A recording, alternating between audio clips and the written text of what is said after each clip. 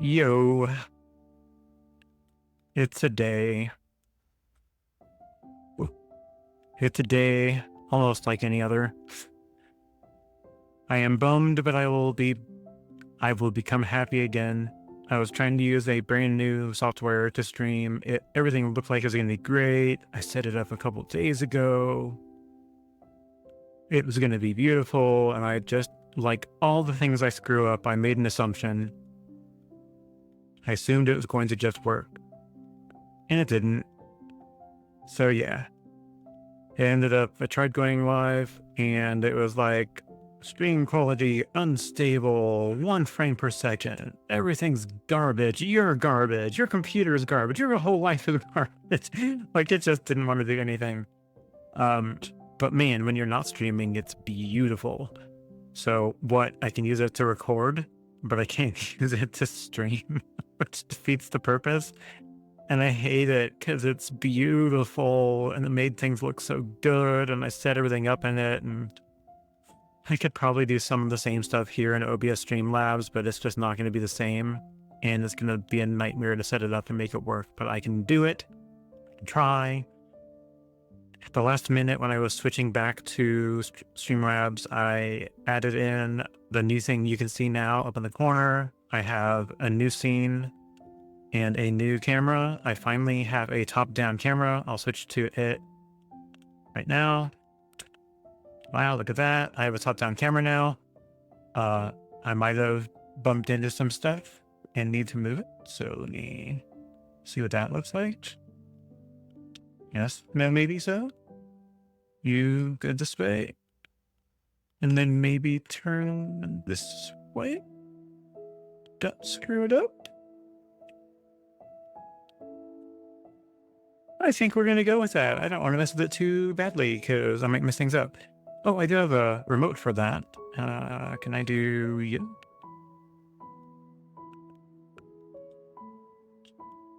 That's not moving at all. How about this way?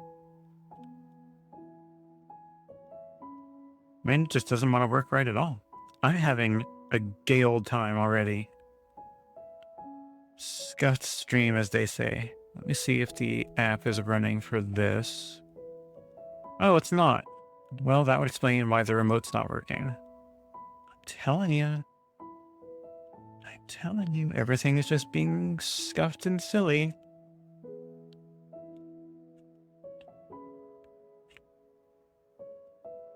Okay.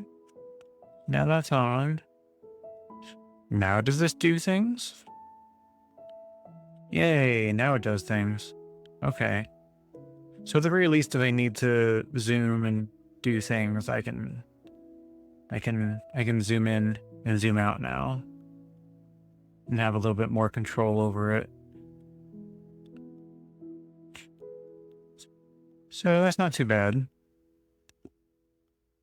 That's the wrong way because it's upside down and that just turns shifty and sideways. That is at a right angle. That's not quite at a right angle. But you know what? I mean, scuffed is the name of the game today, so I'm just gonna roll with it. So, what am I doing? Aside from being a hot mess, I am gonna try to go over a couple things today. New camera, that much is obvious. That one, check. We can mark that off the list.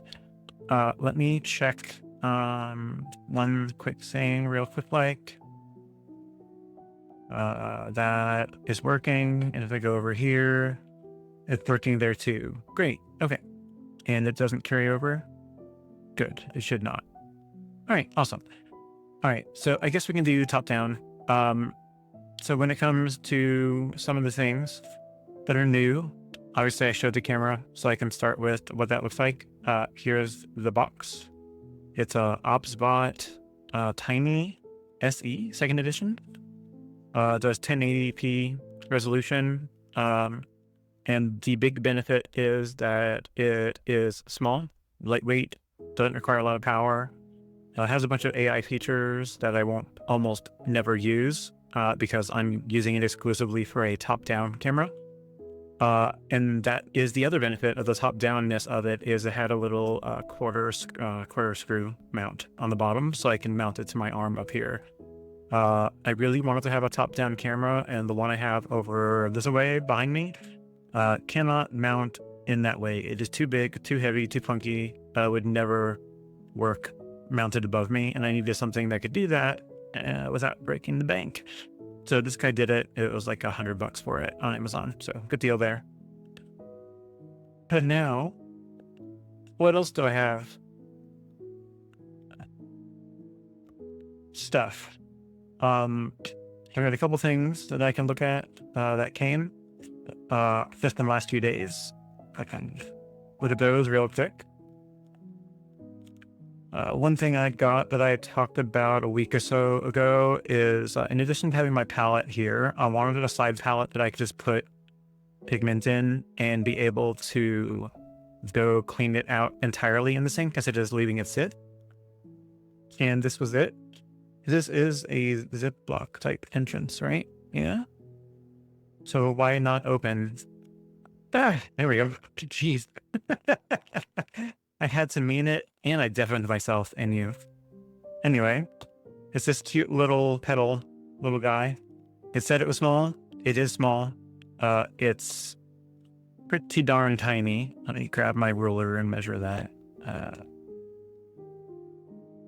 Yeah, about 3 inches across. So very small, but the benefit being it can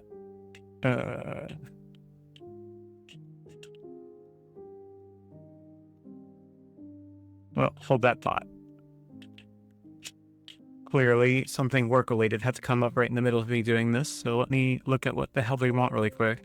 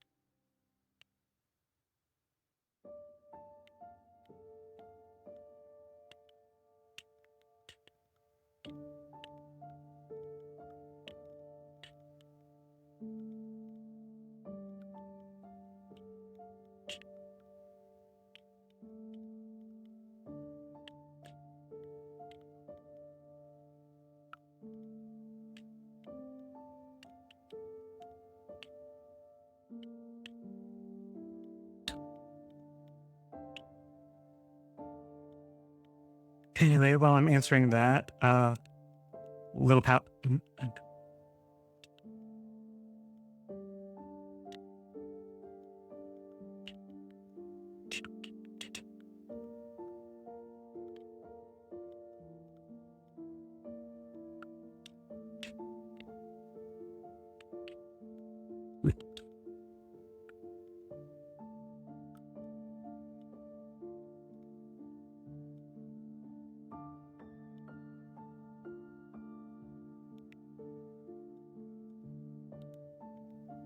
Anyway, palette.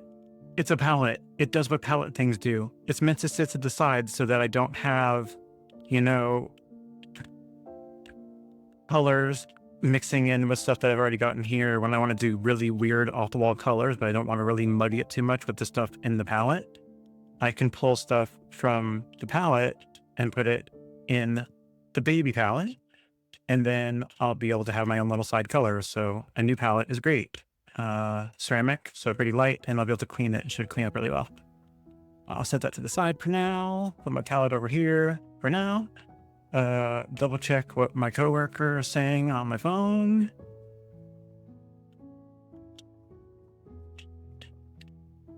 Yeah. That's because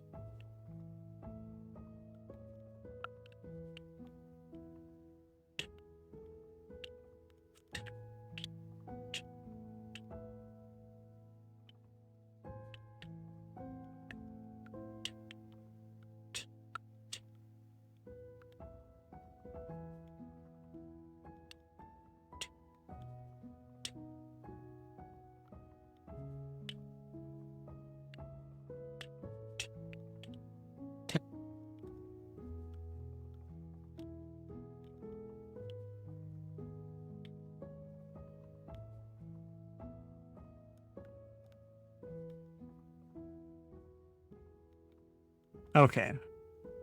At the most perfect, non-perfect timing, I have to go look at something work-related. So here's what's going to happen. I'm just going to leave this running and mute my mic. I will be right back. Give me like 5 minutes. I'll put the fun little be right back screen up, which should have at least one camera because I didn't set it up yet. Let me do that. It doesn't have any cameras because I didn't set them up. Cool. I can do that real quick. Let me throw video capture. Let's do the overview one and shrink this puppy down, shove him over here in the middle so you can see what's going on that one. And I'll worry about making it pretty later. All right, please hang out, watch that. I'm going to mute. I'll be right back.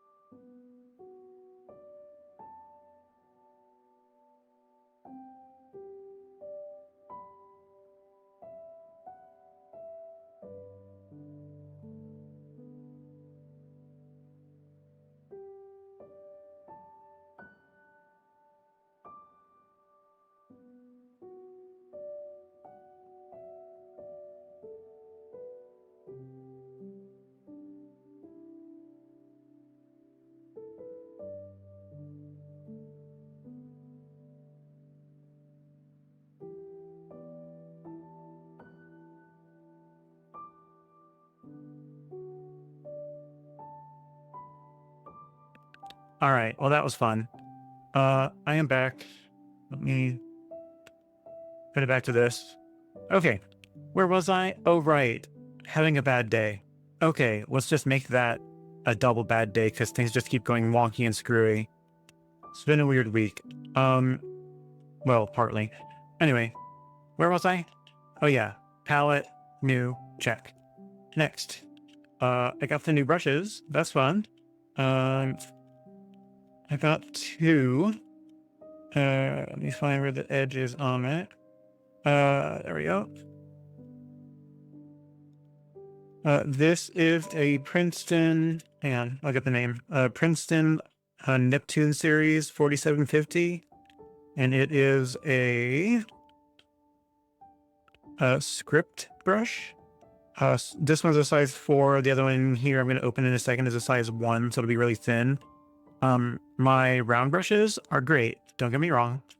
Really good. But what I needed was something that was thinner that ended in a finer tip so that I could be able to do some finer things that I need to. Like I found when I'm doing like tree limbs, branches, I can't really get thin enough with my round brushes because they start turning wonky shapes. Might be that I need to get some, what was it called? Guar gum? Guar gum. I think that's what it is, to kind of moisturize and reshape the tips on my brushes because they're starting to kind of spread out a little bit. Let me find my camera. I don't know if that'll focus, probably because there's text underneath me, it won't. Whoa. Yeah, so the tips don't really go to a sharp point anymore. So I needed something that could do that regardless. So I got two of these guys. So I don't need this little doodad anymore. Don't need the container. Oh, hang on.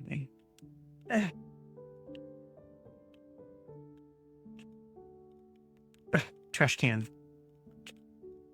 God, I'm telling you, I need to just go back to bed and wake up and start anew. Anyway, new brush, new tip, kind of pointy.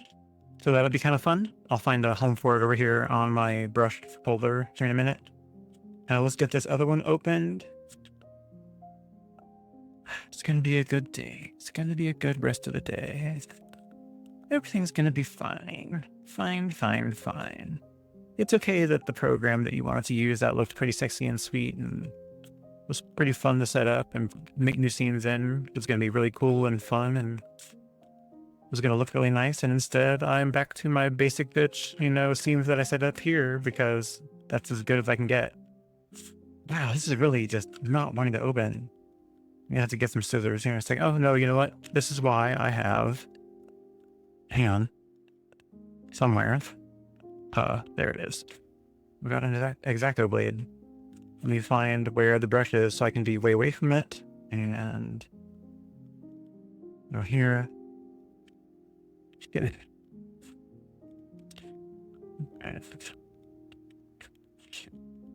All right.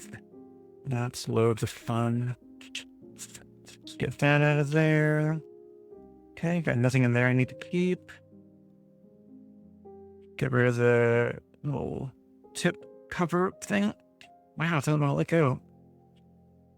Lego my ego. I need this. I need my thing. Wow, really? Okay, let me get down here and really try to put some force on it. Really? I guess I don't get to use it then because it doesn't work off. Please. Please work. It won't even turn. It's on there so tight. Oh, nope, it's turning. There we go. Man, that was on there. Anyway, this one's the same thing as the other one, a script brush. Princeton Neptune script size 1. So yeah, you can see I've got two different sizes. One's a little thicker, one's a little thinner, so I can do the really fine stuff. So I'm excited to be able to add these to the list. Let's find a home for them. That's going to be easier said than done. Well, I don't need a pencil in here. I kind of don't need these cheaper brushes in here. I can put them somewhere else technically and make some room for some other nicer brushes. So I think I will shove these guys to the back. Go. You can go back. You're my next cheapest ones. Okay. 1, 2, 3, 4. 1, 2. Those are big ones, so I can just add them next to this. So I'll do, oh, wait, you know what? I'll put them here. No, wait, round brushes are in front. I'll put them there, and there, and then, yeah, that's done. I guess I can put the pencil back. And then, maybe, nope, that doesn't fit because it's a mechanical pencil. So yeah, they're going to stay like that. And these guys can find a home somewhere else. I don't know where yet. I'll put them over here for now and I'll find a better way to store all of those. Me, snacks and water. I'm sorry, coffee. Who drinks water? What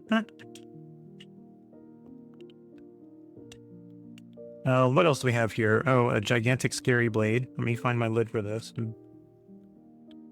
Put it... Really? Oh, there we go.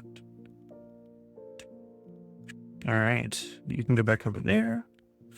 Next up, it's obvious. Paper. I got 2 different packs of the Winsor & Newton 140-pound cold press 25% cotton acid-free paper. This one is 9 by 12. The one underneath it is 11 by 14. So these are sizes I already have, just I'm getting it in a new paper type.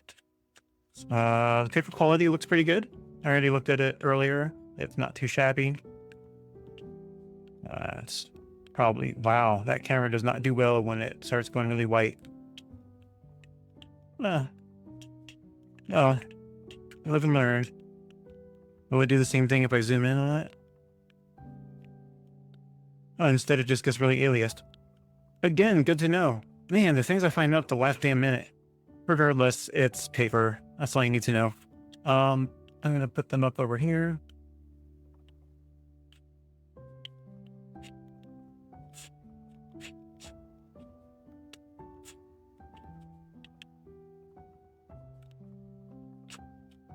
What? Really? Or maybe I won't, because I have to figure out how to make them fit. So I guess they go back over here and I'll find a way to fit them later, because again, I didn't think that far ahead, because, you know, that's what this day is turning into. And then this, the last thing I got, which seems to have scattered to the 4 winds. It is a paint set. I think I saw someone bring it up somewhere and I looked it up and it's actually a pretty good quality, has pretty high ratings. Kuretake, so Japanese watercolor set, 36 colors and 36 pans, and in the course of shipping, they have the contents of the shipment have shifted. So I get to open this and figure out where they belong. So let me grab my knife again.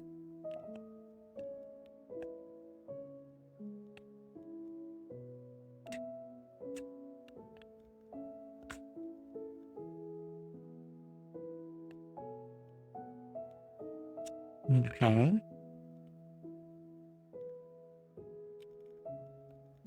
Boy, I sure hope these guys are labeled.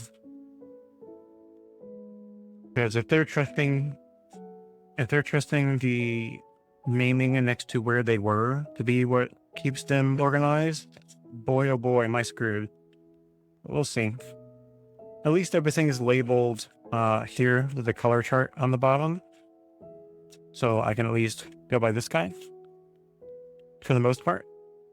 Let me close my main palette up and move this guy to the side and take a look at what we have here. So it is literally just a big tray. Looks like it has a lid, which quite frankly, they should have shipped it with the lid on. I think it would have made this all sit in here better, but they wanted to go for display purposes. So that's what it is. So it's got the colors here. Oh, it's got like a built-in swatch. I suppose you can color it this way and just paint the color directly in these squares and know what everything is. That said, let's hold on to our butt and oh, what luck. Good. They labeled them underneath. Thank you. Thank you.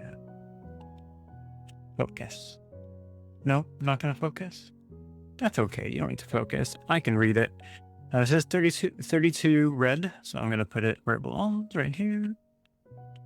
This one says 36 rose madder deep. That's interesting. So it's going to go there. This one is 35 carmine, so it goes there.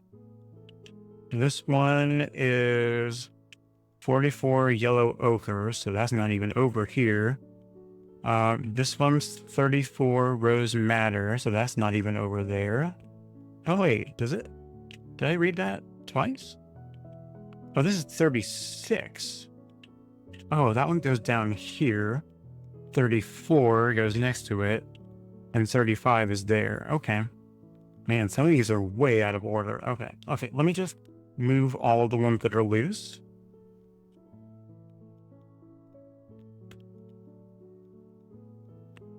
But man, they just got put everywhere. All right. We're still in reds, so this one is 30 cadmium red. That goes there. Cadmium scarlet. Yep, 31. That's this guy. Cadmium orange. Is that going to be you? It is. Yellow ochre. I think I have one of these. This one? Yep, yellow ochre is this guy. As this one is 42 Erlin. Which goes there. Lemon yellow. That's clearly this guy. Yep. This one is cadmium yellow. Great. Sap green light. Not you. You're Viridian. You go there. Like a puzzle. This one is sap green light 51. That one goes there. I don't trust that you are what you say you are, so you're indigo. You don't go there at all. God, indigo is all the way down here. Woof. Sap green. It's gonna be this one? Yes, sap green. Hickory's green. Is it this one? It is. Sap green deep is probably this guy. Yep, he is. Viridian is that one. Forest green. You're greenish. Turquoise blue. That's why you're greenish. Turquoise blue. You go there. What are you? Ultramarine. You aren't where you were supposed to be at all. Ultramarine. You're supposed to be right there. Alright. You are cobalt violet. That's a fun sounding color. Cobalt violet. Right there. You look black. Are you actually where you're supposed to be? You are. Safely gold and bluish gold? Oh, that's right. Let's look. Oh, that's a fun question. Once they're in, how do you get them out? Surprise, you don't. Bluish gold. That's right. Okay. Gold. Okay. And then silver and a white. A black. Burnt sienna is probably right. No, raw umber deep. You're supposed to go over here. Yoop. Oh, well, that says purple, so that's clearly not right. This is burnt sienna. Okay. Purple. Is that you? Purple. Okay. I think I checked you already. Cobalt violet. Yeah. You're indigo. You are forest green. Forest Whitaker. You go there. Malachite. You go there. All right. Cooking. Turquoise green deep. Turquoise. Green deep. You go right there. All right. 4 more. Cerulean blue. You go there. Ultramarine pale. You go there. Imperial violet. You go there. And last up, Prussian blue. Yep. You go right there. Hey, we're complete again. All right. Well, complete for the first time for me. All right, so that is this entire watercolor set. It's a nice big set, so that's kind of fun. Yeah. So that'll be fun to go through. If I have time at the end of today, especially with all the wackiness and how my mood is, we'll see how it goes. But I might do another swatch. If not now, I'll do it in the future. It'll definitely happen, but I'll try to do another swatch like I did for my current palette. This one here. This is 36 colors, so for fun, half of 36 is 18. So 1, 2, 3, 4, 5, 6, 7, 8, 9, 10, 11, 12, 13, 14, 15, 16. This will do 32. So I could do it again, but I'd have to redo all of my math and narrow these even more. Or do a method where I do them sideways and fit them in so they're shorter width, but more of them, and do them horizontally. And then I can just do a swatch of all of them. Or I do them exactly how they're laid out in the thing, which makes the most logical sense. And do what? 4 columns of 1, 2, 3, 4, 5, 6, 7, 8, 9. 4 by 9, is that right? Yeah, I'm staring at it. 4 by 9. Okay. Yeah. So I can do 9 rows, 4 columns. Yeah, I think that'd be fun. Yeah. Yeah, I can make it work. I don't know how I'll do the naming being written down. Maybe to save space, I'll write the name over the most transparent portion on the right side of the swatch. I'll figure it out when I do it, especially if it's not today. But we'll see. We'll see. Let me scoot that over there. What can I put inside this? Or I go smarter and I do this swatch right here, like I had talked about, and maybe just do it there. But I can't really do a full swatch. I can only do like that one square, and I want to be able to see the gradient of it going from dark to light. So I'll probably do my own. Maybe while I'm doing that, I can do a little dot in each of these to just show off what colors they are. But I'm probably going to paint right out of this. We'll see. I don't know. That's the future plan. I'll figure out what to do with it then. So for now, oh wow, that's a pretty little color of the cover. That's a really beautiful green color. I love the Japanese font on the cover. It's pretty fun. Am I going to save any of this? I don't know if this will go on there in it. Yeah, it kind of does. Yeah, I don't think that harms anything. Yeah, that's how it came. And these, I don't think, since they're all labeled individually, I don't think I need to keep this paper anymore. So I will get rid of that, but I'll keep the box because that's cute. All right. And yeah, now I got myself a really pretty big selection of watercolors. So that'll be fun to experiment with someday. I'm going to have to reorganize my entire cart at some point so I can figure out where to store these. So that'll be a project for later. All right, so this can go in the trash.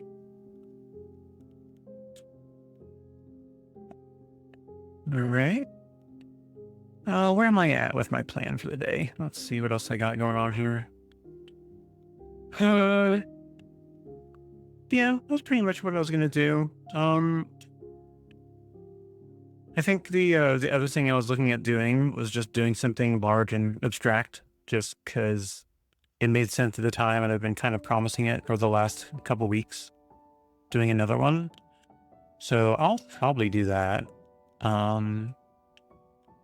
Yeah, I'll probably just do that. Let me figure out if I'm going to do it on mineral paper, or do I want to grab that giant pad of paper I've got and try to figure out if I can do anything with that giant ass piece. My problem with that large one is I can't paint on it directly, and I can't paint on it if I pull a piece of paper off easily. without finding a way to tape it down to something. And I can't tape down to this mat. It's silicone and tape just doesn't stick to it. So the second it got wet and the paper started curling, it would pull right up. So I can't do it on here. And the next biggest thing I've got is this giant cutting board that I use sometimes for taping down some of the smaller stuff. But it is just too small, strangely, narrow, to be able to tape down that big block of paper. So, excuse me, we have to figure out a way to make that work. In the meantime, though, I think to save my brain,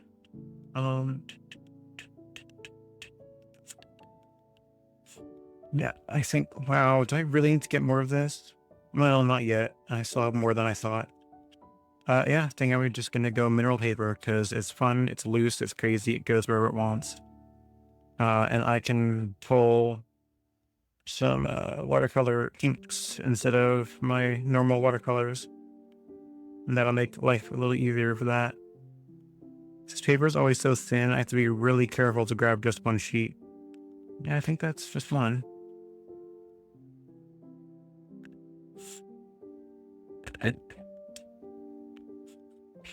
Right.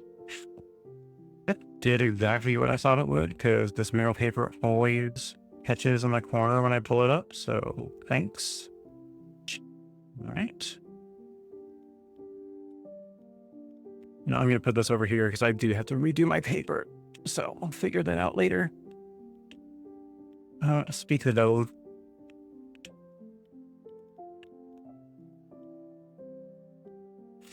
What are we going to do? Well,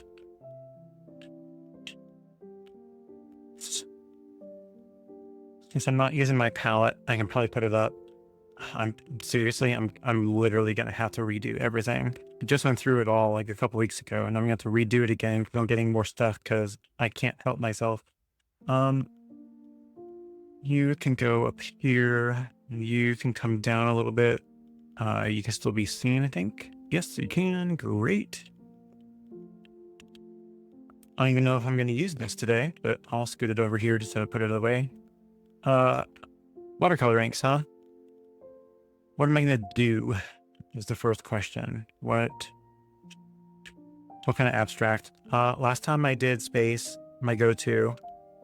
I might just go wild and do all kinds of random shit. So, what do we have?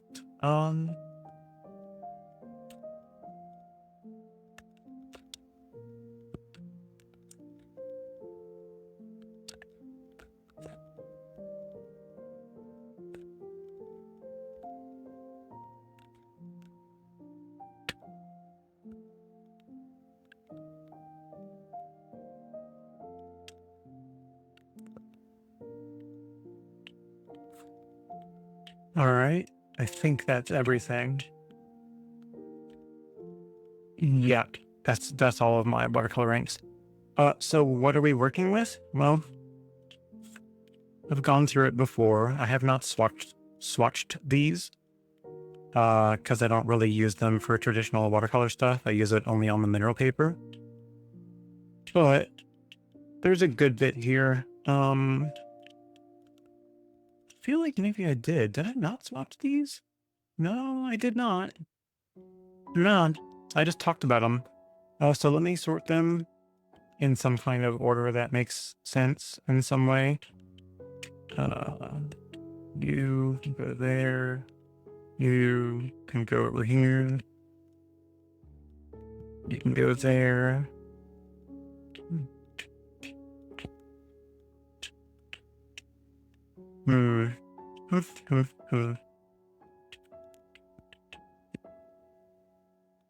Maybe I put the reds on the one side and this blues. Kraft macaroni and cheese. Okay, and I'll put this in the middle, even though it should be more. No, it should be more in the end. Put that down over here. You can go on this. Whoops, this side. You are gonna go over here. All right. So what do I have here? a lot of watercolor inks, that's for sure. Uh, so what's going on? I'll start from the right side and work my way left. Most of these are watercolor inks by Aquafine. There's a couple other brands in here, but I got them on sale at, I'm already forgetting, Michael's. I think Michael's. They had like a clearance bin. One store had a couple, and then like a month or 3 later, I don't know how to keep track of time. We went to another one and like magically found a crap ton more. So I went through the entire supply they had, took them all out, checked the colors on each, found the best like primary and like side colors that I'd probably use. I'd have a little bit of everything to work with, and got them all. So most of them were a really good deal. Some of them had the price on them still. Yeah, like this one was $5, used to be $8.99, so that's kind of pricing that these were. Let's go through the colors. The one on the far right is Ivory Black. So I've got a black one on here. I have Burnt Umber, so a brownish kind of color. I'm gonna shake them up and set them over here. All right. We've got ourselves a, oh yeah, I remember trying to save this name. It's weird. It's magenta. Quinacridone. We're going with it. Quinacridone magenta. So that was a really pretty one. Yeah, that was really pretty. Sorry. You're not going to believe this, but black looks like black ink. Burnt Umber. Really kind of dark brownish color. Next up is a different brand than Aquafine. It is Daler-Rowney. I didn't read that right. It is acrylic ink and not watercolor ink, so it's not as transparent, but it's good to blend with all of these guys. Makes some really rich colors. It's really reddish brown, or reddish orange kind of color. This one's equally reddish orange. This one's cadmium red hue. We're back to Aquafine watercoloring. Yep. We got ourselves a yellow, cadmium yellow hue, Aquafine. Looks yellow. We got ourselves one singular green, leaf green, like Pokemon. I said that last time, I remember. It's not a dark one by any chance, or by any sense. We got ourselves a blue. Is this cerulean? Yep. Cerulean hue. Yep. Kind of sky blue color. Next up, another Aquafine. This one is Phthalo Blue, one of my favorite colors.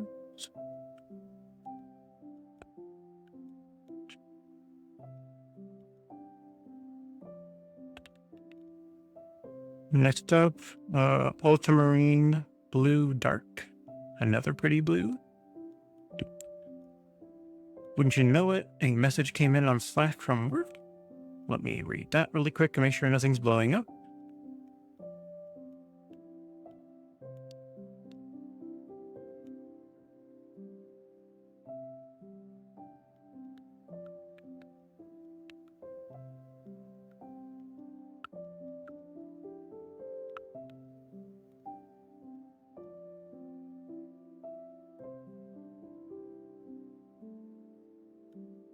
Okay, someone's just checking in to make sure things are going to work tonight for something they're doing. No, the life of IT. This guy, I looked all over it, but after taking it and testing it, I confirmed that it is indeed indigo. It's weirdly not labeled anywhere on the package. It possibly had like a wrapper around it that had to be pulled off. Whatever the situation, it does not say the word indigo anywhere on here, even in fine print, but it is for sure an indigo color. Watercolor, by the way, not acrylic. This one is an acrylic white. I use this a lot for when I'm doing stars on my regular like galaxy nebula type paintings, because it doesn't run as transparent. So I can get away with getting some pretty solid opaque stars with this. And next is another Aquafine watercolor ink, but this one is Chinese white. So this one is more transparent if I use this one for stars. So far I've sometimes used this one to start. And when I set them down and dry them, they dry kind of transparent. So they look kind of like they're out of focus, which is kind of neat sometimes. And then I put the more solid acrylic one on top of it to get some solid stars. So that's the cute one. And the last one is a totally non-standard color. It is a silver metallic watercolor. I'd like to get more of these. These are kind of nice. Yeah. So now the question, what am I going to do here with all this paper? I don't know yet. My guess, to save time in my brain if I want to do any swatching, I'm just going to do like a simple a simple like row of inks of different colors here, and then another below it, and do some water, plain water washes above and below, and then go through one last time with a wash brush and just connect the row of ink with the puddle of water and let it bleed and spread and make some pretty designs. Those are always pretty. I don't necessarily have to do it in a row. That's a very, I don't know why I cannot remember her name, but it's like Linda, no, not Belinda, something Brazel art on Instagram. She is well known for doing those. That's how I found out mineral paper was a thing. So yeah, I'm probably going to do that. Let me pick some colors. Well, blue is always stunning. You're in. The light blue is kind of nice. I think maybe I'll do some acrylic white.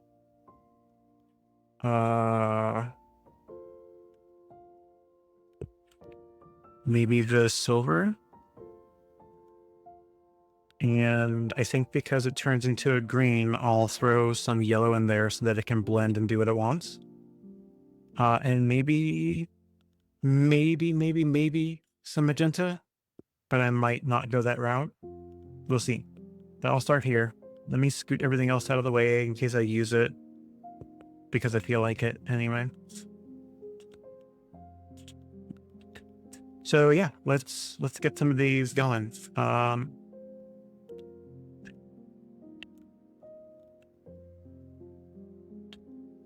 Make sure I got a wash brush at the ready. Will work. I've got some paper towels up here so I can damp them down. I'm going to go ahead and get some of the ink down. I'm going to, I think, start light and work dark. Yeah, we can do that.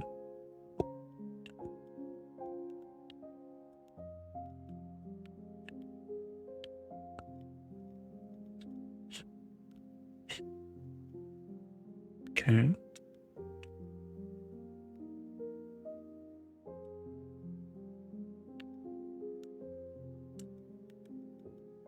Okay. That would be white. Next up, let's do some silver.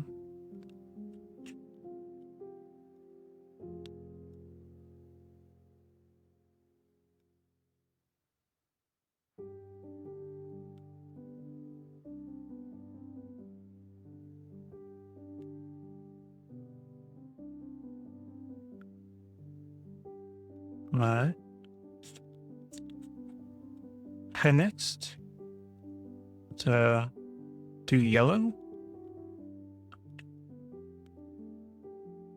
No.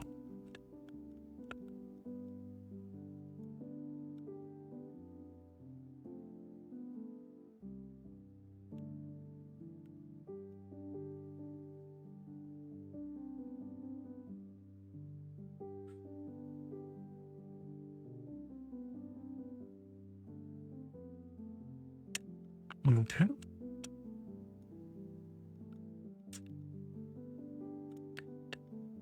Next up, going in a different direction.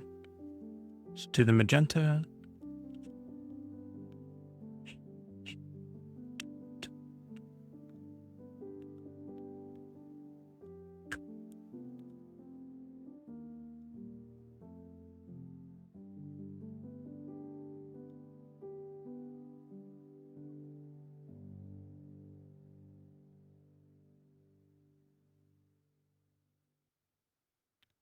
Okay. A paw. Next up, let's do some of our phthalo. Nope, this is ultramarine blue dark, my bad.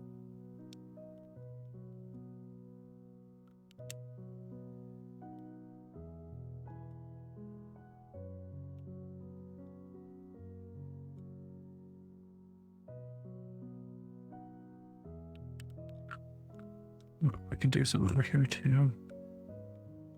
All right. Is any of this going to come out? Who knows? We're going to find out what it does.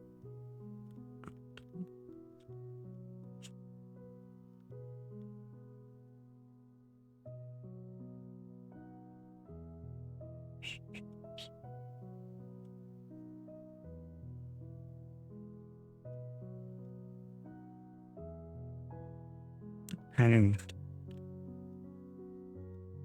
let's get wet. So let me go ahead and grab some clean water. I'm gonna wipe away the random bit of hair that showed up on there. I'm gonna grab some clean water and get it close to all this and not touching it.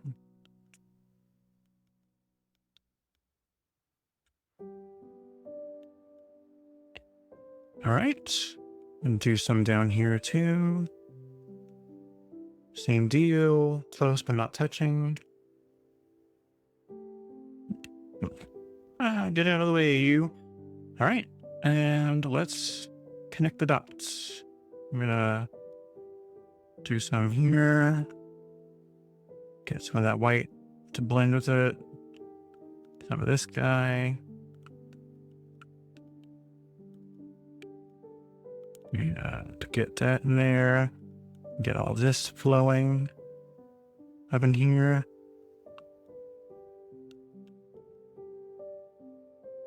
Oh, it's because I have long hair in a second.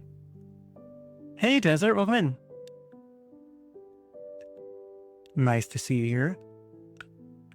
I'm doing random things because I had a rough day.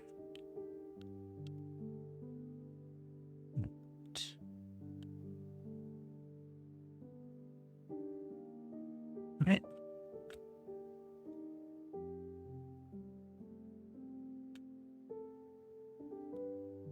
Let's see why this doesn't want to spread too high up here.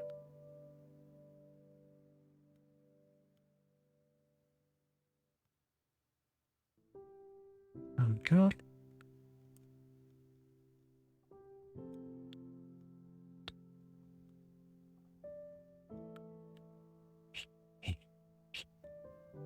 There I go.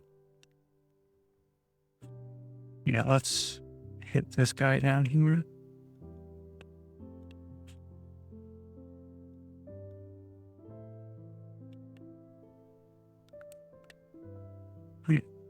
We'll really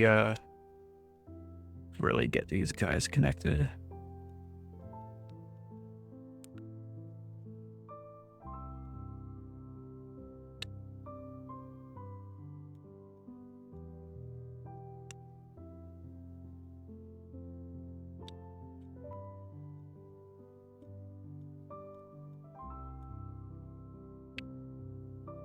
Sometimes these are fun, just to do weird, mindless things and let the paint go everywhere. Sometimes not so much. Oh, heck yeah. Yay for watching at work, boo for having to work. See if I can get this to come down to the bottom. All right. Well, we're starting to hit that point where we definitely have too much water on here, but do I care? No. All right. See if maybe I can blend some of these in the middle.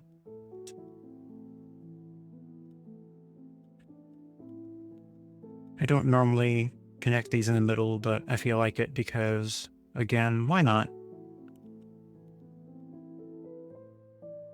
Just see what it does. All right, let's clean this up and then start pulling some of this off because it's gonna go everywhere. All right. I have these guys, some pipettes. I'm gonna pull some of the puddles off so they don't, well, or I'll just roll them into it. I'm gonna pull off some of the excess bits where it's puddling up at.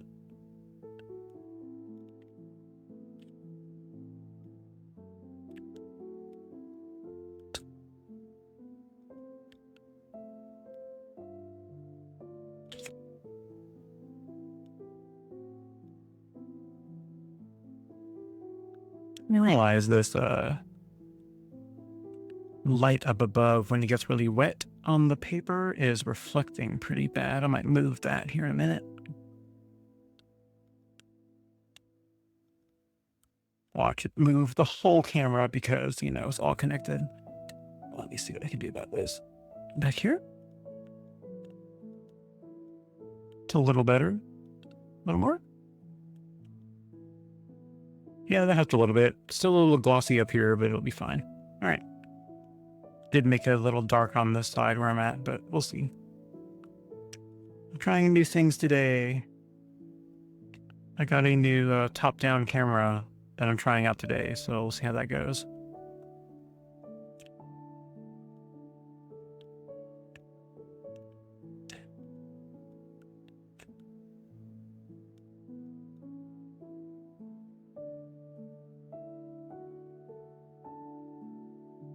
Here we go. Let it go. That started blending kind of fun in the middle. I'll let that do its thing.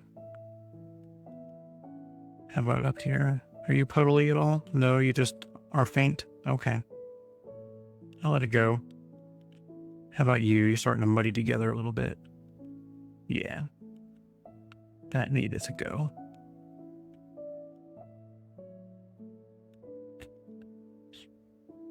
You look like you're a puddle.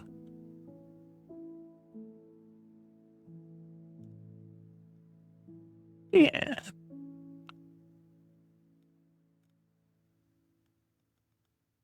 Up here didn't really blend a whole lot. Oh yeah, that's a puddle.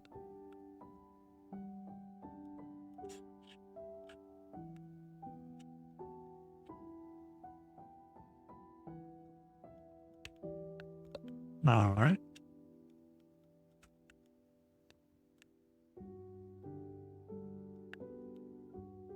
All right, I'm just going to keep going around, finding some areas where there's some serious puddleage going on.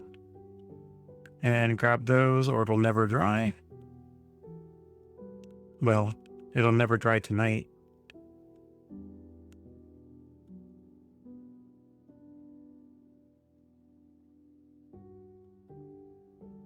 Okay. That was a good one.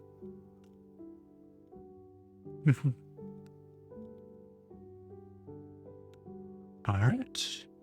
Grab some of this guy. Oh, I brought a bubble with me. No, go away, bubble. There we go.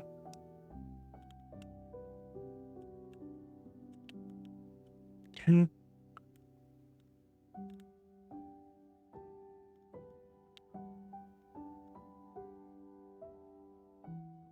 All right. Anywhere else that's really badly puddling? I think maybe over here.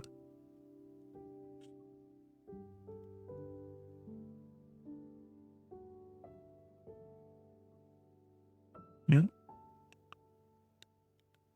Yeah, that was a big puddle. Over here again.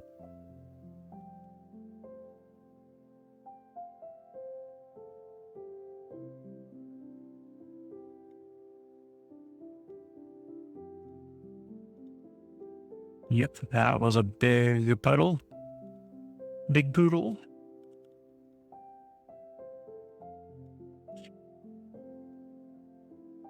Nope, that wasn't anything.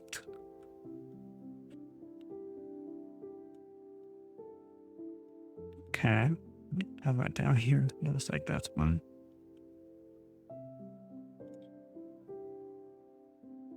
Yep. All right. I think we're almost at a point where I could stop and try to see if I can dry it with a new tool from today. It'll probably just move this around and make a hot mess. It's probably better on anything but this, so I may not. We'll see.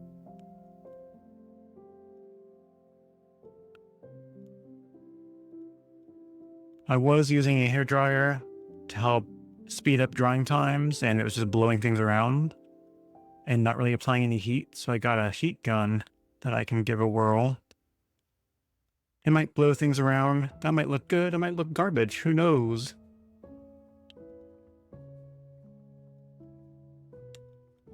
We shall see. Maybe I'll add something really pretty to it. I don't know until I try it. All right. I think that's about as much as I'm going to do with pulling this out, unless I make new puddles with that heat gun. So let me get it hooked up. Oh, I had the box for it.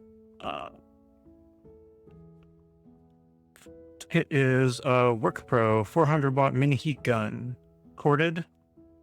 It was like $20 on Amazon. Comes with a little stand built in. I will have to figure out where to put it, because I had a thought that by getting the top-down camera, I might not be keeping the this over-the-shoulder camera. And if I do that, it'll get rid of a tripod that is sincerely taking up a lot of my space. So it's still up for debate. You weren't here earlier, Desert. I was not really ranting, but I was not happy because I was going to try a new streaming setup earlier using a new tool. Instead of using Streamlabs OBS, I was going to use something called, what is it, Meld Studio, I think it is. It looks beautiful. It's set up great, but when I went to go live and stream, it was like terrible. Like the bitrate was good, but it was sending like a 1 frame per second somehow or another to Twitch, and it was just saying unstable, would do nothing. So until they fix it, I am back to using, I'm back to using Streamlabs OBS. Let me tell you though, oh, if I could show what it was doing, it's so pretty. I got to put all kinds of new effects in and put like rounded corners on like all the boxes and everything, and it just looked so much better, but whatever. It is what it is. All right, this is the new heat gun. It's not too shabby, but on the low setting, which is pushed back here on the one, is 400 degrees Fahrenheit, and the other one is 800, which I will never use because it's too damn hot. I'm not baking a pizza here, or like glazing a pot or something. But I think at a distance, level 1 should be enough to give me heat to dry instead of blowing power. I'm going to turn them on. Let me see. Yeah, it doesn't put out a tremendous amount of like air force, but it puts out shoot. So I'm going to try it out.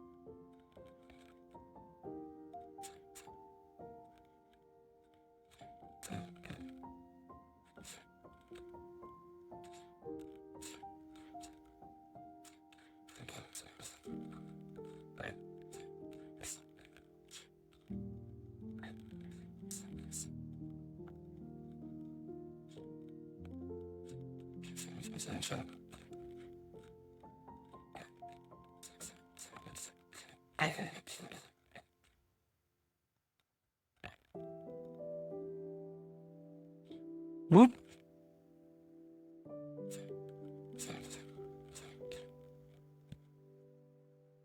Oop. Lesson learned there. Do not let it get close to this paper.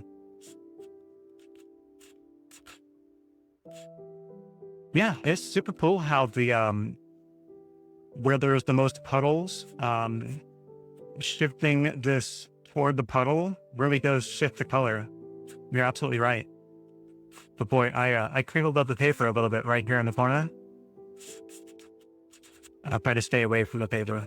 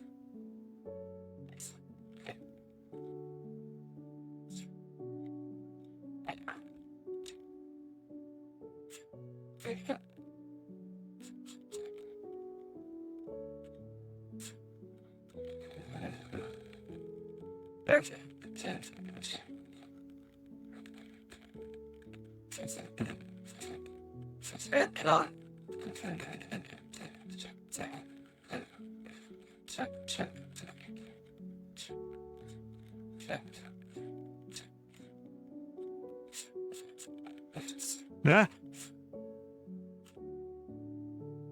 Dangerous.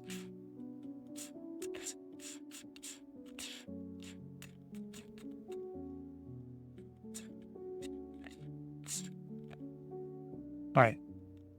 Well, what lessons have I learned about this thing? So, one, it's hot. It gets very hot, right? So what is happening is this paper, you might have used it before because you've clearly been painting a long time. And I've been painting since like, I don't know, like 3/4 of a year ago or more. So I'm still very much a newbie. This is mineral paper, calcium carbonate. Uh, it behaves like plastic, and it even more so behaves like plastic. Now that I know this, using this heat gun, because it starts, if I leave it sit just a hair too long in any particular spot, starts curling up the paper a little bit, which ultimately will be fine once it's dry and it's, if it gets put in a frame or something, it'll be fine. But everywhere that I have put heat, it has curled something fierce in lots of places. So heat gun will probably be great for regular watercolor paper, since most of it's absorbed, right? Mineral paper, the liquid sits, it puddles like mad. And this process to make this kind of design, it needs puddles to be able to bleed and spread outward, right? But gentle heat and time seems to work better to let these things dry. Let me show you one. I'm going to take my headphones off and go grab something really quick. I'll be right back.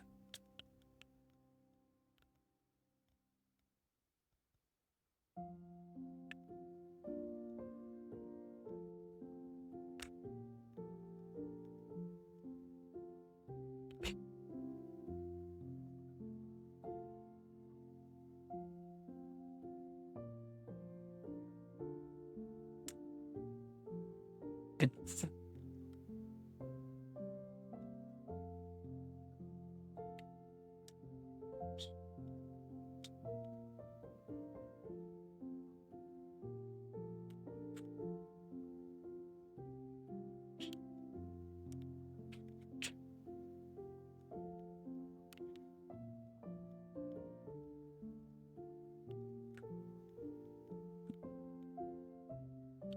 okay.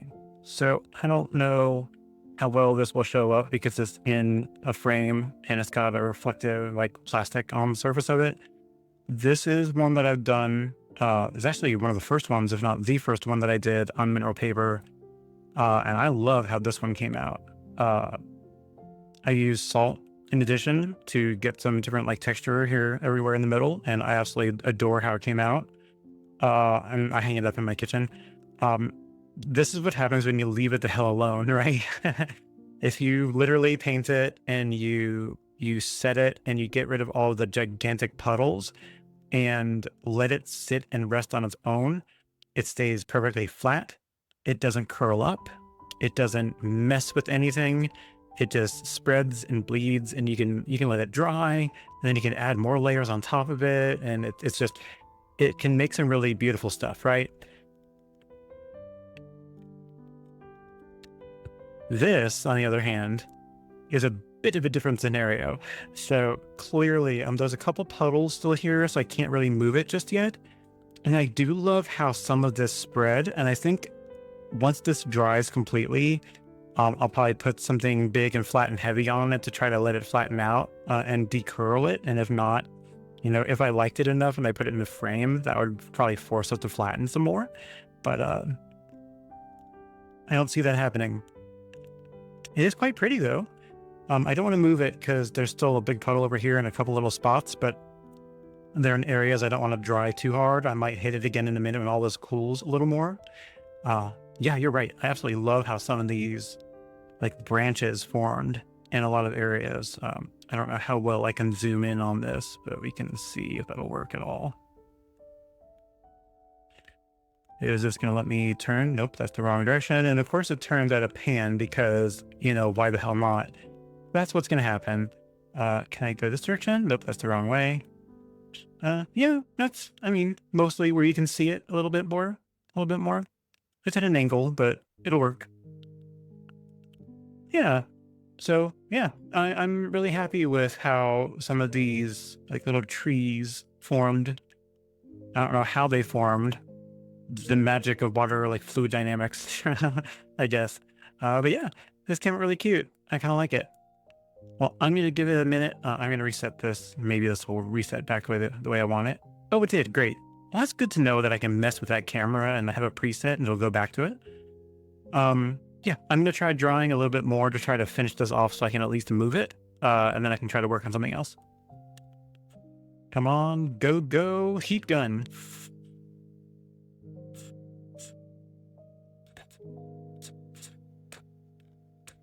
That's not bad.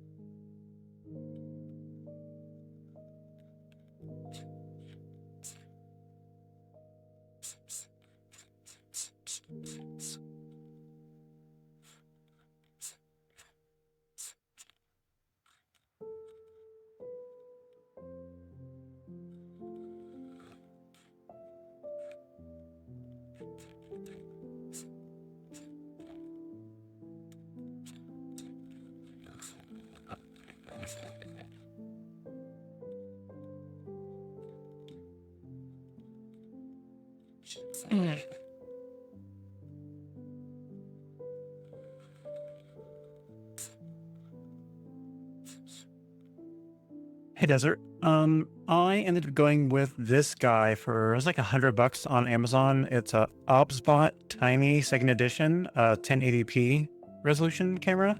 I forget the price for the upgrade, but there was a 4K one that I should have maybe gotten. If anything, only for the sake of digital zoom. So when I zoom in close on things, it stays sharp. I've tried zooming in pretty closely earlier using this 1080p one, and it just gets all pixelated is not the right word for, like aliased, where it gets those like jagged sawtooth lines for anything on an angle. So it's not great for zooming in so much, but good for a general overview like this. I think it's meant to be mainly a webcam, but it's working for this. I needed something to do a good overhead view because I could not find anything that was going to be like a Canon DSLR for $500 to $1,000, and I didn't want to blow that kind of money on it because I've got better things to do with my life. So this guy, it seems to be a pretty good deal, and this is my first time using it today, aside from setting it up yesterday. So yeah, it's a pretty good deal. It's like $100 Amazon, so good deal. And I got a kit that. A kit that came with a remote control from them as well. So you can control it without needing to go into the software while you're streaming. So, yeah, anytime. All right, let's see if I can knock this sucker out.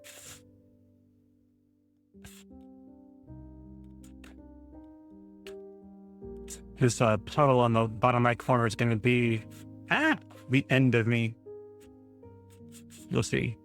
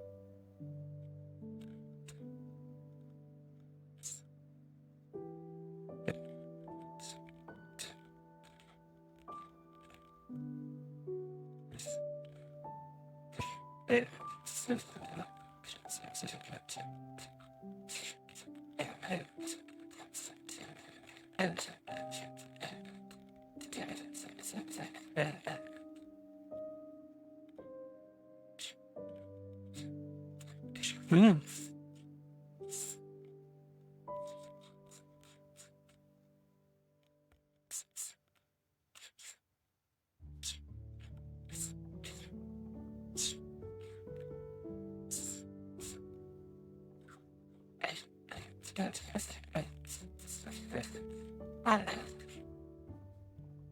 Oop.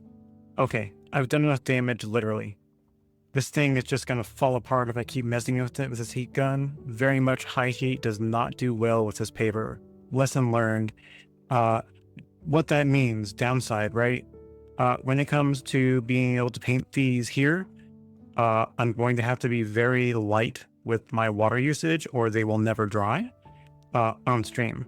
I could probably use the heat gun, but I have to do like a close pass quickly. If I stay close too long, it definitely curls up and messes up this paper.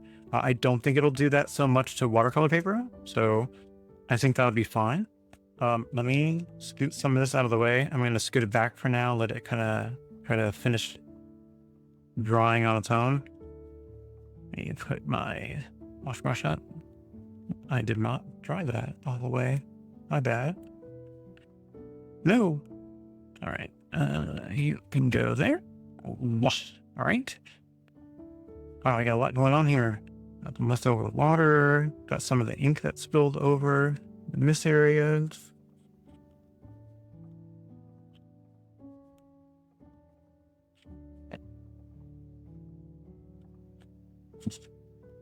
I'm not going for perfection. I'm just going to get off the high spots and keep the work area at least somewhat clean. Oh, speak of the devil. You go in there. It's not messed up I already messed up the Polaroids a little bit. Just split them over half.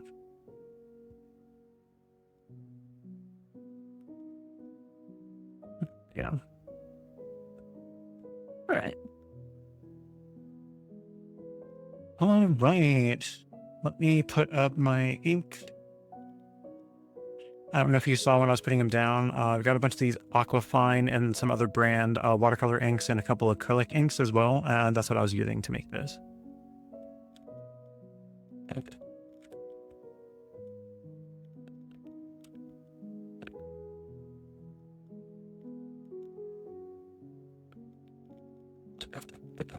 Got them on a heck of a deal at Michael's. They were on clearance.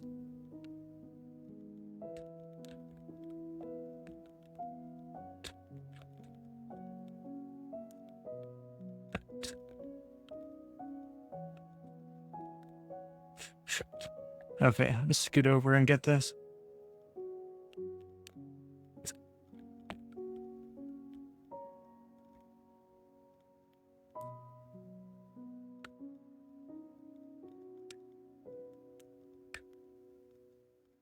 I would like to fit all these in here, but like this.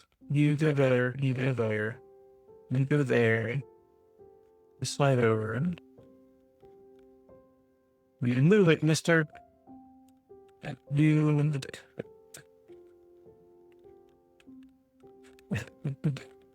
Okay. It definitely takes some rearranging. Oh, and it hurts my soul to just put it in here like this, but I'm doing it anyway. Um, um, whatever.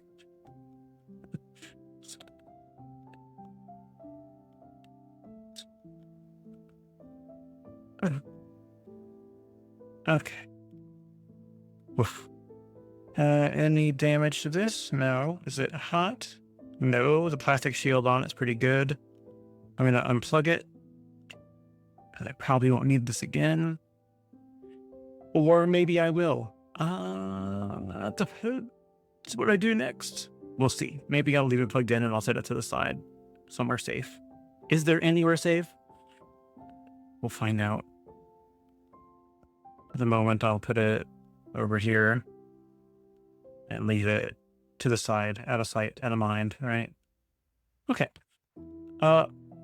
What kind of actual destruction am I going to do now? What a good looking question. So my plan for the rest of the day, I got water everywhere. There we go. My plan for the rest of the day was swatching. Maybe. I might save that for another time because it's just going to be a lot of drawing lines with a ruler on paper to make swatches, but I don't feel like it. The reason is for, oh God, don't break anything. This.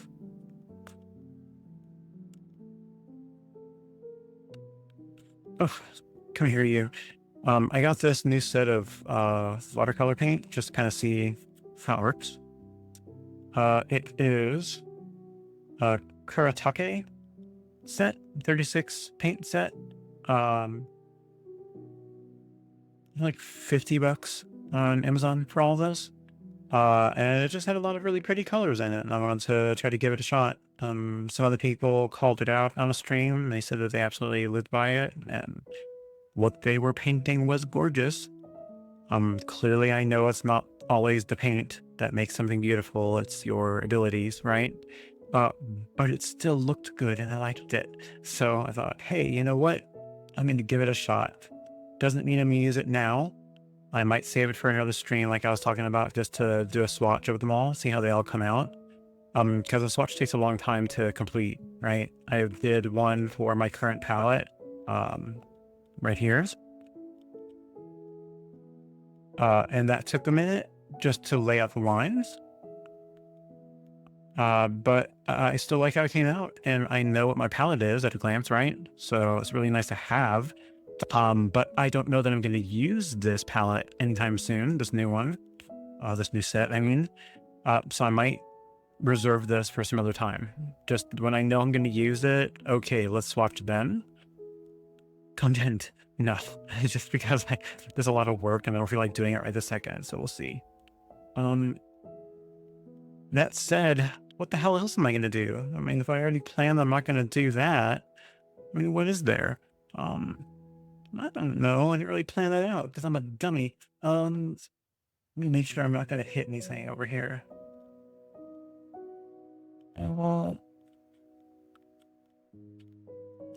Come hither. Yeah, here's my current palette. It's mostly Memory Blue, Italian paints, mixed in with a couple other ones, but I'm pretty happy with it. It covers most of my needs. If I have to mix anything, I can just mix off of this, but it's a really beautiful set. I have used most of it, some of it, not most, some of it, in a set that I had in another palette over there, which the palette is far messier and far more used. I just started using this one because I wanted to have like a semi-professional set and then the student grade stuff in another palette for when I want to just do crazy stuff in practice. But I wanted to have a good, like, professional quality kind of set so I can, you know, have something nice to go off of when I feel like using it. And I can use it now. I don't know. The desire to do this for fun is what drove me to want to do this. And being able to stream it is kind of making me do it more often. Because when I was feeling bummed at work, it was either do this or sit and stew in the blah feeling, right? So uh, I started the watercoloring process. I absolutely love the hell out of it. It makes me happy. But I found that when I was getting really down, I was going that other direction where I didn't want to do anything. And that's bad, right? So in order to try to keep a habit going, I decided I want to stream. It's not necessarily for other people. It's for me. I'm not trying to stream to become like a multi-millionaire, to make loads of money from it. That would be a dream that anybody would have, clearly, but I'm not wildly entertaining so far as I think. And I just want to do this just for funsies. So I'm going to make all kinds of stupid mistakes. I'm very new still, even though I've only been doing it for like less than a year. I didn't have any formal training. A lot of people didn't. A lot of people did. I don't want to harm the people that did the proper schooling and training and feel like they're more educated. I mean, good for them. I'm happy for them, and they're right. They are. I'm clearly not. I am just winging it. But I think in winging it, I feel like I've got a little bit of a different perspective, and I get to find the stuff that I like doing the most first, instead of having to work my way towards it as hard. I don't know. I guess it's different for every person. But yeah, I needed to do something to get me out of my work funk, and free my brain a little bit. And this was it. Mostly space. Doing space things has been some of the most fun stuff that I've done. Like figuring out these little Polaroids was the neatest thing to figure out. I went online and I found what the shape and size of a Polaroid photo is, the inner dimensions and the outer dimensions. And I cut and drew in pencil the borders, the boundaries of what those look like, so that I can paint some in the future wherever I feel like it. And I just tape them down on the border and then just go to town. And yeah, I've absolutely loved how they've been coming out. I only got to 3 so far because it was kind of a new idea. And it doesn't always have to be space. Space is what I like, but the Polaroids, I imagine at some point if I learn a new skill, like practicing doing trees, or like I was doing the other day, doing weird screwball PC things. I wanted to do like weird 3D renditions of PC stuff. Or Windows desktops with like well-known backgrounds and some applications on top to try to be like, oh, look, it's a window into Windows or Linux or Mac or whatever the hell else, right? Just weird screwball experiments. But any of these things that I end up becoming really good at, or I like how something looks, I can throw it into a Polaroid to save for the future, like you would take a picture, right? I thought it was a cute idea. So yeah, I'll try to make more of those Polaroids in the future. But anytime I learn some new fun skill, I think that's a cute way to keep track of like a photo book, right? Of actual photos, but the paintings. I'm going to stop rambling. It's kind of cute. Thank you. I appreciate that. It's such a neat idea. I wish I could take all the credit for it, but I saw somebody on Instagram who were painting Polaroids one day and I thought, wow, what a cool idea. But they were doing like acrylics. And that's something that terrifies me. Acrylics are not as forgiving as watercolor is, especially like the abstract nebula stuff. But I think that's kind of the cool thing, right? As I get skilled in anything and I'm confident enough to throw it on, Polaroid paper, that's what I'll do in that moment. But until then, it stays on scratch paper or side stuff or big paintings. Yeah. All right, I'm gonna stop yakking. Let me scoot these out of the way. These were a little faint. I went kind of light that day on purpose, and I didn't like how they ended up. I thought they were going to look cuter than that, but I realized I really have to throw some dark indigo in there to really make them pop. So this one was the first one I did. I like how that one came out. Still, they were all pretty cute. All right, get over there. Get out of here. This one's mostly dry. There's one little wet spot right there. There's the one little wet spot right there, and it was a little damp underneath, but boy, this thing was like a topographical map. It is so warped. I seriously think, though, that it will flatten down once it's underneath something because it's such thin paper. I mean, just taking it off the pad is terrifying. I've got it over here. Let me look.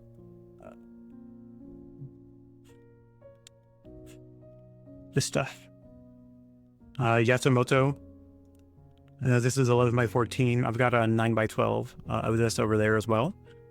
Yeah, this is that mineral paper, and boy, let me tell you, it's terrifying. If you bend it, it stays bent. If you crease it, it stays creased. If you, I mean, it's just very delicate, right? But its benefit is you can use like the liquid watercolors on it, and it won't immediately soak into the paper, so you can do weird stuff with it. It's really cool. Anyway, let me put this up if it will fit in here. Hey, all right.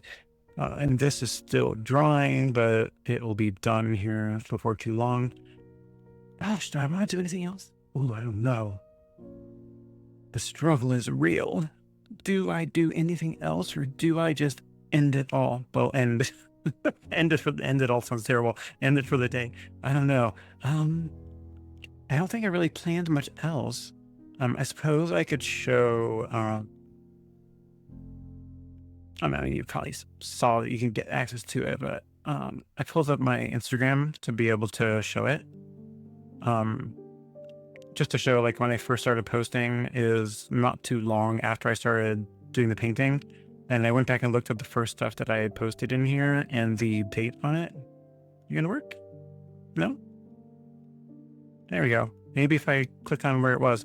It says this was April of last year, and I can't believe that I was doing any of this even before that. I somehow thought it was later in the year from that, because I was stressing out hard about work in that time. I started painting because work was freaking me out.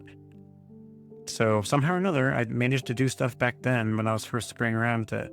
Oh, do I have the one that I really thought was cute that I had done when I was a kid and I redid? Did I put that in here?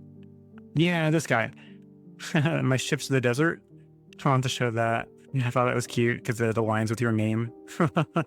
Desert. So I thought it was kind of cute. When I was a kid, I did something like this. I don't know that it was watercolor at the time, but it was, I thought I was witty then, and I guess it carried over into adulthood.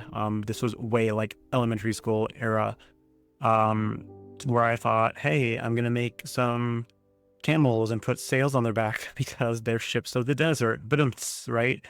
And I made that, and I was super proud of it in school. I brought it home, left it on the floor, and came back like 5 minutes later, and our dog had absolutely decimated it, and I was heartbroken. And I didn't go back to art after that because I just didn't freaking care anymore. And it's sad that that broke me of it. And I just went the total like technical nerd route for work, right? I didn't really do anything creative, and I thought, hey, I need to do something, like, I don't want to call it mindless, but I need something that I can disconnect and just do for fun. So I thought, painting, I used to find some sort of joy when I was a kid with it. Let's see if that can be reignited. And I don't know, it's clearly not perfect. It was like very early on, like, what was the date? Yeah, May of last year. So it's still like, it's still something that was very, very new to me back then. And it's still new to me now. But it was cute. I liked it. I've learned a good bit since then on like doing proper gradients and trying to paint some of the background stuff in before I paint the foreground stuff. But still, I'm pretty happy with how this came out. I got some shadows on there, and the camels look kind of 3D-ish. I used images on Google to be like, this is what a camel looks like. Go for it. So I don't know. It was cute. I liked Snoopy. He's hanging up on the wall in the hall. I tried flowers. Your flowers are gorgeous. Mine are trash. I don't know if I'm a big like floral nerd. I don't know if I can make myself do it because I just something in my brain does not do organic, right? It's so hard. Oh, I'm in the tech world as well, and yes, it's one of the biggest reasons I jump into watercolor and the challenge, because people are saying that watercolor was either the easiest medium to use or the hardest medium to use, and that description seems too appealing. Yeah, it's yeah, watercolor is, for me, approachable. I appreciate that it's something I can do and the screw ups can live on, right? The screw ups can still look good, or you can maybe go back to them later and fix them, or being different and weird and abstract is what makes them look good, right? Um, Everything else, it's so hard for my brain to wrap around any other kind of medium in a way that would make me feel good about it. I feel like you have to have a lot more intent with any other paint style or any other art style. Like, you have to truly train yourself over and over and over again. Watercolors, you can just go hog and just do whatever the hell you want.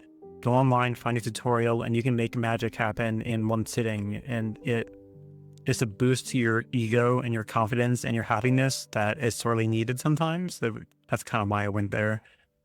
My early, like, the person that kind of taught me about watercolor, I actually looked at Jenna Rainey online.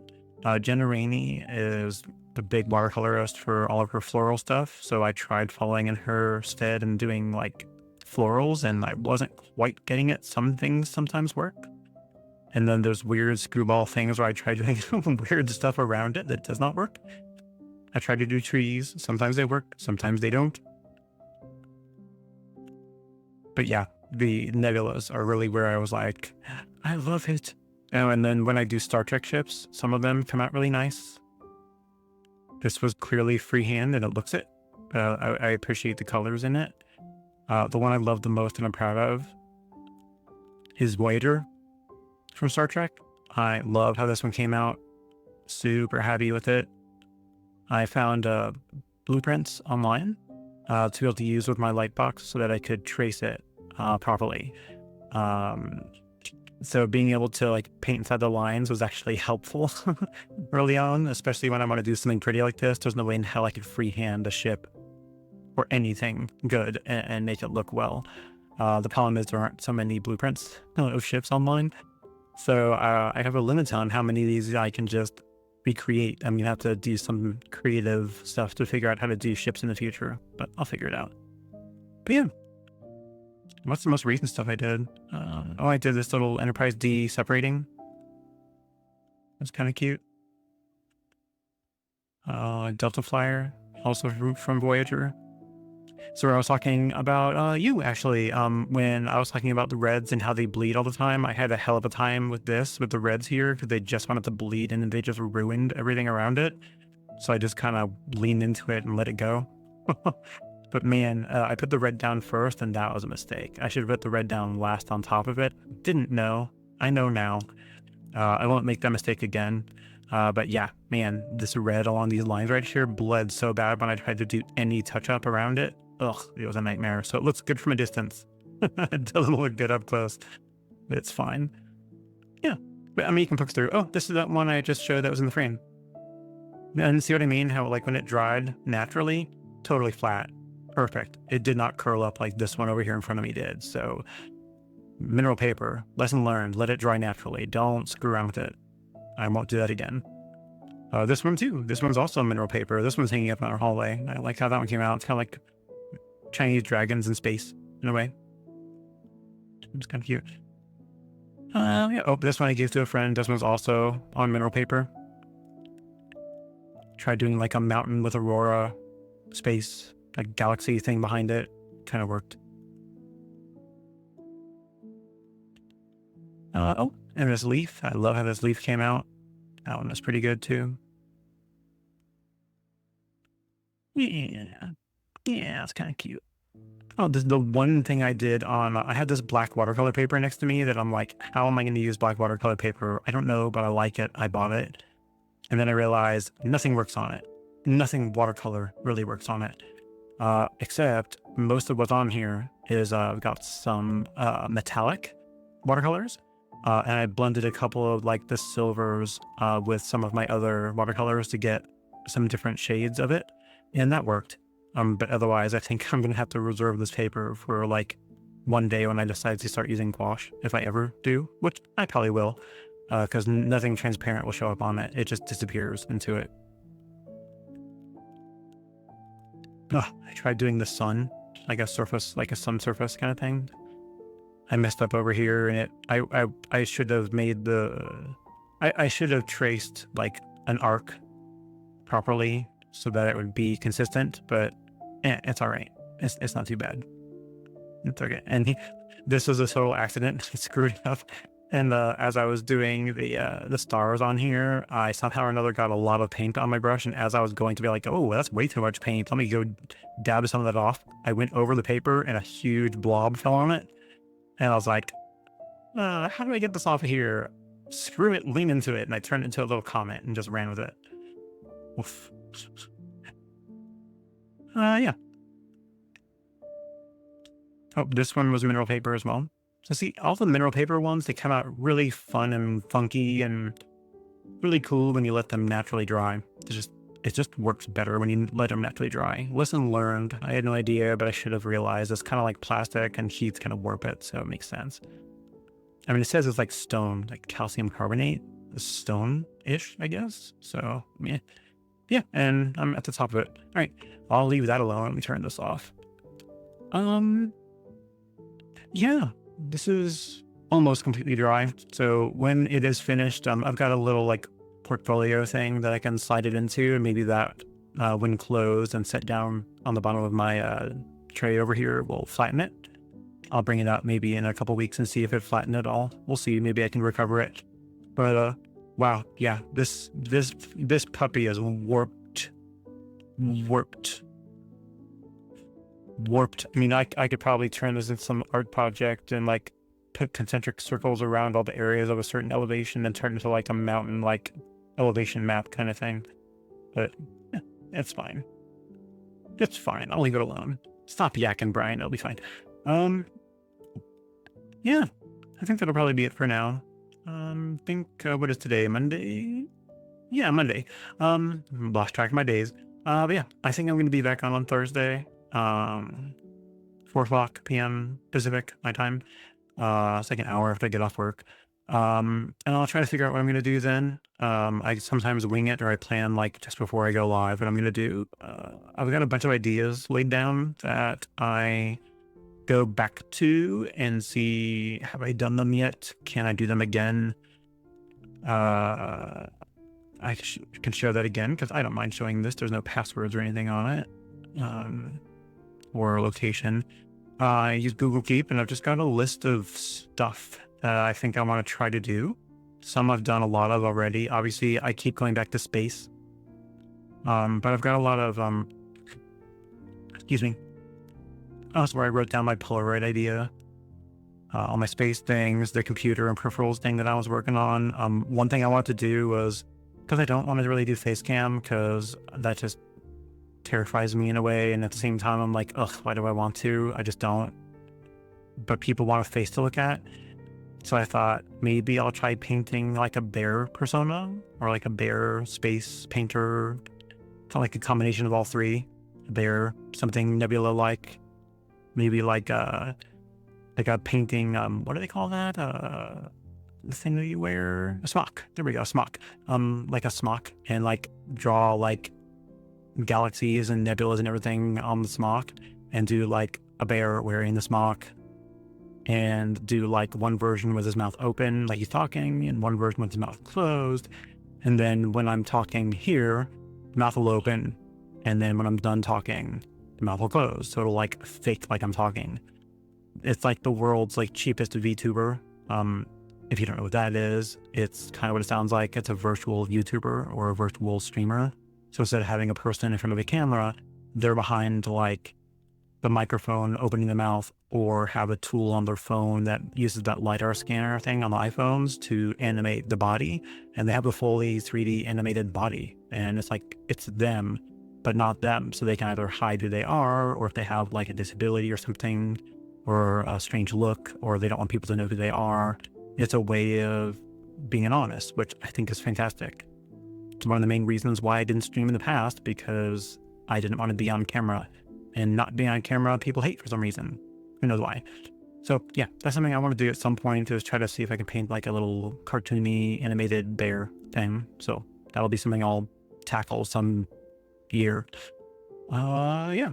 Oh, and a lot of things I want to do is stuff from books.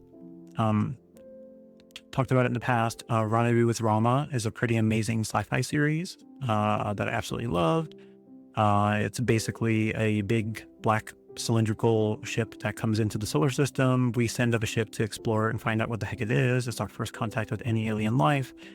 And it's racing through and out of the solar system quickly. So they got to get on, learn what they can, and get the hell off before they're stuck on it.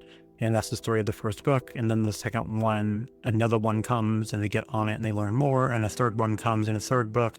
They get on it and they travel off into the cosmos with it to see where it's going to take them, because they find out stuff. I'm not going to spoil it. But the inside of the ship is kind of like what a lot of scientists and people who theorize what space travel would be like, it would be. It's just a big cylinder. It rotates so that it creates an artificial gravity on the inner surface, and it has like a cylindrical sea partway through it so they can have water. It's got a big sun-like thing in the end of it to make it have day and night cycle. Like, that's a pretty cool sounding idea. Aside from that, Xanth is one I'm really interested in, but that one scares me a bit. Xanth is a series by Pierce Anthony.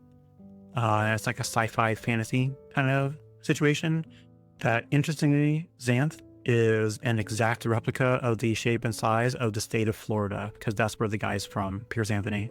I think it's funny as heck. But the idea is it's a magical land that is in the shape and size of Xanth. That is tenuously connected to Earth. So some people sometimes pass over back and forth in varying ways. But it's a world with magic, and all the people that live in that world have special talents or abilities that they're born with that makes them unique and gives them some magical ability, right? And the stories are basically a person that's got some sort of issue. They go see this guy called the Good Magician. Humphrey, I think his name was. He's got a castle. He has to go through 3 challenges to be able to get in, to be able to see him, because he doesn't want to be freaking bothered with your pedestrian bullshit. So he makes you go through challenges to be able to get in to see him. And if you get that far, he's got an answer, because he's the magician of information. He's able to figure out the answer to anything. So people go to him all the time, and he got sick of it. So he made challenges to be able to get to him. And that's just the tip of the iceberg. But the world building is gorgeous in that. So there's so many like visuals, some that are on covers of the books, some that you can just think of in your head because they're like known things: harpies, centaurs, dragons, just like different like land shapes, caves, like.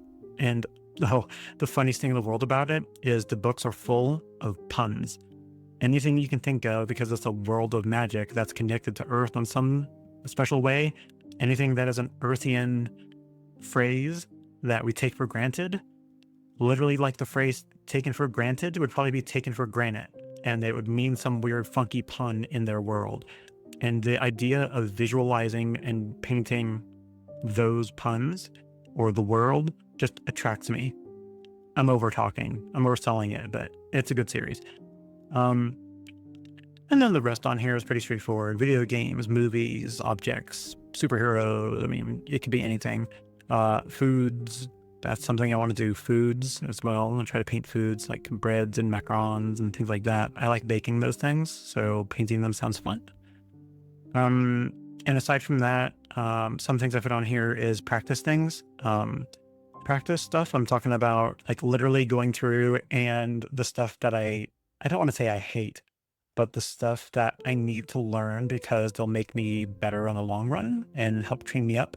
I'm considering putting on a wheel, like one of those little Twitch little plugins to do a wheel that we spin to try to force me to train myself on things that I'd rather not do. And that's another method, like streaming is making me practice and paint by doing. The wheel makes me do the stuff that I really don't want to do to learn how to do certain things, like learning color theory and color mixing properly and learning how to do shapes and figuring out shadows and perspective and, all the art things, right? So someday, at some point, I will do that. And that way I can maybe get like a pattern to my streams where I do this, I do that, I do the spin wheel, I do something else, and then I'm done, right? Just kind of do a pattern so that there's a genuine like progression to the stream. So something I'm thinking about. This is only my ninth stream since I started this. So I've only been doing this for like a month and a week, month and a day, somewhere in there. So still new, still playing around, still figuring out what I want to do. If I'm lucky, I can figure out that other program I wanted to do, and maybe this week or maybe in months when they find out it was a them thing and they patch that program and then it starts working, I'll show off what that program looks like. Otherwise, I'll have to go into it and fiddle with it and like turn off any of the sources that I would be using on OBS, so it don't like freak out the program trying to open it while I'm streaming. And then I can show off what that program looks like because it's freaking sweet. Once they get it working fully, I'm in love. Apparently they made it for Mac first and they ported it semi-recently to Windows, and I'm guessing that's why I'm having problems because it's not quite there yet. We'll see. I'm going to find their Discord or whatever and talk to them about it maybe if I have time. We'll see. But have I rambled enough? I think I've rambled too much. Past 6:30 my time. I think I'm going to call it quits. I've got to go into the office tomorrow, so that's loads of fun. So I'd rather finish up so I can enjoy the rest of my night because I got to get up a little early tomorrow to get prepped for that. So I'm going to head out. Desert, if you're still here, thank you so freaking much for coming in and visiting with me. I absolutely appreciate it. You have an absolutely beautiful evening. I hope you are done with work or will be done soon. You have a great, great day. I will watch whenever I see you come online. If I see it and I am free, I'll pop on and give you a watch. Thank you again so much for visiting with me. I'll talk to you later. Have a good night. Bye.